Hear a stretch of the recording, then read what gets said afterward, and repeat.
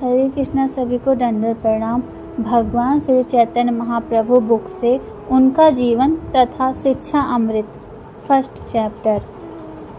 ईश्वर प्रेम के महान दूत तथा पवित्र भगवत नाम के सामूहिक कीर्तन के प्रवर्तक भगवान श्री चैतन्य महाप्रभु बंगाल प्रांत के नवद्वीप नगर के श्री धाम मायापुर में फागुन पूर्णिमा की संध्या को 1407 शताब्दी में तदनुसार फरवरी 1486 में अवतरित हुए। उनके पिता श्री जगन्नाथ मिश्र सिलहट जिले के एक विद्वान ब्राह्मण थे, जो विद्यार्थी के रूप में नवद्वीप आए थे।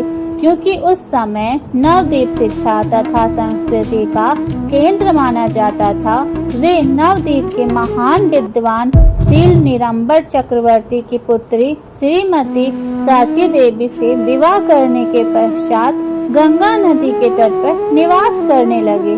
श्री जगन्नाथ मिश्र को उनकी पत्नी श्रीमती साची देवी से कई पुत्रियां हुई, जिनमें से अधिकांश की मृत्यु कच्ची आयु में ही हो गई। उनके 2 पुत्र बचे रहे, जिनके नाम विश्वरूप तथा श्री विशंभर थे, जो अपने माता पिता के प्यार के पात्र बने रहे। श्री विशंभर उनके 10वें तथा सबसे छोटी संतान, जो आगे चलकर निमाई पंडित के नाम से विख्यात हुए और संन्यास आश्रम ग्रहण करने के बाद भगवान श्री चैतन्य महाप्रभु कहलाए। भगवान श्री चैतन्य महाप्रभु ने 48 वर्ष तक अपनी दिव्य लीलाएं प्रदर्शित की और उसके बाद 1455 शताब्दी में वे पुरी में अंतर्ध्यान हो गए। वे अपने प्रथम 24 वर्षों तक विद्यार्थी तथा गृहस्थ के रूप में नवद्वीप में रहे। उनकी पत्नी, जो पहली पत्नी थी, श्रीमती लक्ष्मी प्रिया थी। उनकी मृत्यु अल्प आयु में हो गई जब महाप्रभु अपने नगर से बाहर गए हुए थे। जब वे पूरी बंगाल से लौट कर आए तो उनकी माता ने उनसे दोबारा ब्याह करने का आग्रह किया, जिसे उन्होंने मान लिया। उनकी दूसरी पत्नी का नाम विष्णुप्रिया देवी था, जिसे आजीवन अपने स्वामी का वियोग सहना पड़ा, क्योंकि उन्होंने 24 वर्ष की आयु में संन्यास ग्रहण कर लिया था।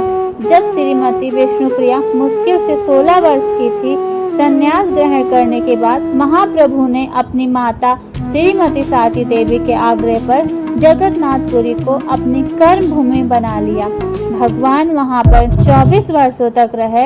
इनमें से 6 वर्ष उन्होंने भारत, विशेष रूप से संपूर्ण दक्षिण भारत में श्रीमद् भागवतम का उपदेश देते हुए निरंतर भ्रमण करने में बिताए। भगवान श्री चैतन्य ने न केवल श्रीमद् भागवतम का उपदेश दिया, अपितु श्रीमद् भगवद गीता का भी अत्यंत व्यवहारिक ढंग से प्रचार किया।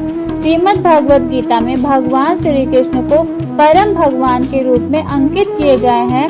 दिव्य ज्ञान के इस महान ग्रंथ में उनका अंतिम उपदेश यह है कि मनुष्य को चाहे क्या वह समस्त धर्मों, कृत्यों की सारी विधियों को त्याग कर उन्हें भगवान श्री कृष्ण को एकात्र पूजनीय भगवान स्वामी के रूप में स्वीकार करे।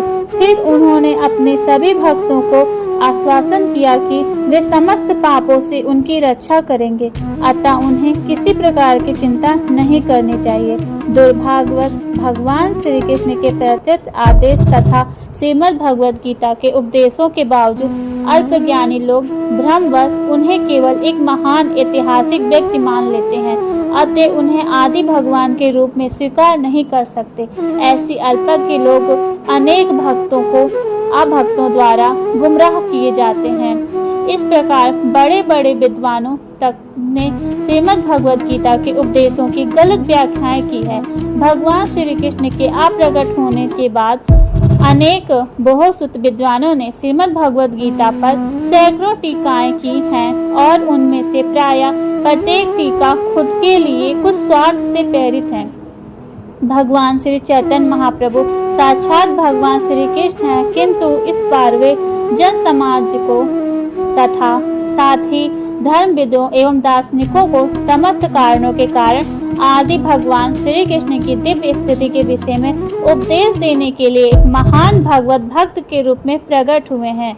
उनके उपदेश का सार यह है कि ब्रज भूमि वृंदावन में ब्रज के राजा नंद महाराज के पुत्र के रूप में प्रकट होने वाले भगवान श्री कृष्ण पूर्ण पुरुषोत्तम भगवान परमेश्वर हैं और सभी के द्वारा पूज्य हैं। वृंदावन धाम श्री भगवान से अभिन्न है, क्योंकि भगवान के नाम, यश, रूप तथा उनकी आविर्भाव स्थली परम ज्ञान के रूप में भगवान से अभिन्न है। अतएव वृंदावन धाम भगवान के ही समान पूज्य है। श्री भगवान की दिव्य पूजा का सर्वोच्च रूप वृंदावन की गोपियों द्वारा प्रदर्शित शुद्ध भगवत प्रेम के रूप में प्रकट हुआ। भगवान श्री चैतन्य महाप्रभु इस प्रक्रिया की संस्तुति पूजा की सर्वोच्च विधि के रूप में करते हैं। वे भगवान को समझने के लिए श्रीमद् भागवतम पुराण को निष्कलंक साहित्य के रूप में स्वीकार करते हैं और उपदेश देते हैं कि सारे मनुष्यों के जीवन का चरम लक्ष्य भगवत प्रेम के स्तर को प्राप्त करना है। भगवान श्री चैतन्य के अनेक भक्तों ने, जैसे कि श्रील वृंदावन दास ठाकुर, श्रील लोचन दास ठाकुर, श्रील कृष्णदास कविराज गोस्वामी, श्री कवि करणपुर, श्रील प्रबोधानंद सरस्वती, श्रील रूप गोस्वामी, श्री सनातन गोस्वामी, श्रील रघुनाथ भट्ट गोस्वामी, श्रील जीव गोस्वामी, श्रील गोपाल भट्ट गोस्वामी, श्रील रघुनाथ दास गोस्वामी ने तथा विगत 200 वर्षों में श्रील विश्वनाथ चक्रवर्ती, श्रील बलदेव विद्याभूषण, श्रील श्याम नंदन गोस्वामी, श्रील नरोत्तम दास ठाकुर, श्रील भक्ति विनोद ठाकुर, अतः अंत में श्रील भक्ति सिद्धांत सरस्वती ठाकुर हमारे गुरु महाराज तथा अन्य अनेक महान विख्यात विद्वानों तथा भक्तों ने भगवान के जीवन तथा उनकी शिक्षाओं के विषय में बड़े बड़े ग्रंथ लिखे हैं। ऐसे ग्रंथ वेदों, पुराणों, उपनिषदों, रामायण, महाभारत तथा मान्य आचार्यों द्वारा स्वीकृत अन्य इतिहासों एवं पौराणिक साहित्य जैसे शास्त्रों पर आधारित है। उनकी रचना अद्वितीय है और उसका प्रस्तुतिकरण अतुलनीय है और वे सभी दिव्य ज्ञान से परिपूर्ण है। दुर्भाग्यवश विश्व के लोग अब भी उनसे अनजान हैं, किंतु जब सारा साहित्य जो मनुष्य रूप से मुख्य रूप से संस्कृत तथा बांग्ला में है विश्व के सामने प्रकाश में आएगा और जब विचारशील लोग के समझ में प्रस्तुत होगा, तब यह रूप संसार भारत के गौरव तथा प्रेम संदेश में अपलंबित हो उठेगा। जो आचार्यों की गुरु शिष्य परंपरा से स्वीकार न होने वाली विविध भ्रामक विरोधियों द्वारा शांति तथा संपन्नता की खोज के व्यर्थ प्रयास में लगा हुआ है। यदि भगवान श्री चैतन्य महाप्रभु के जीवन का उपदेशों के इस संक्षिप्त वर्णन के पाठन श्रील वृंदावन दास ठाकुर कृत श्री चैतन्य भागवत तथा श्रील कृष्णदास कविराज गोस्वामी कृत श्री चैतन्य चरितामृत नामक पुस्तकें पढ़ेंगे तो उन्हें काफी लाभ पहुंचेगा। जहां तक भगवान श्री चैतन्य के प्रारंभिक जीवन काल का संबंध है, उसका अत्यंत मनोहारी वर्णन श्री चैतन्य भागवत के चरित्र ने किया है और उनके रचयिता ने जो किया है, और यहाँ तक कि जो शिक्षाओं का संबंध है वे श्री चैतन्य चरितामृत में भली भांति व्याख्यात है।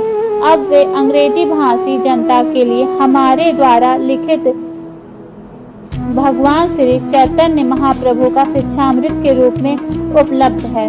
महाप्रभु के प्रारंभिक जीवन का अंकन उनके प्रमुख भक्त तथा समकालीन श्रील मुरारी गुप्त द्वारा किया गया है, जो उस समय एक चिकित्सा शास्त्री वेद थे। महाप्रभु का बाद का जीवन उनके निजी सचिव श्रील दामोदर गोस्वामी या श्रील रूप दामोदर गोस्वामी द्वारा अंकित किया गया है, जो पुरी में भगवान के निरंतर संगी बने रहे। इन दोनों भक्तों ने महाप्रभु के प्राय समस्त कार्यकलापों का लेखा जोखा रखा और बाद में भगवान श्री चैतन्य संबंधित उपयुक्त जितने भी ग्रंथ लिखे गए वे सब श्रील दामोदर गोस्वामी तथा मुरारी गुप्त ने डायरियों के आधार पर तैयार किया। हरे कृष्ण। सभी को दंडवत प्रणाम।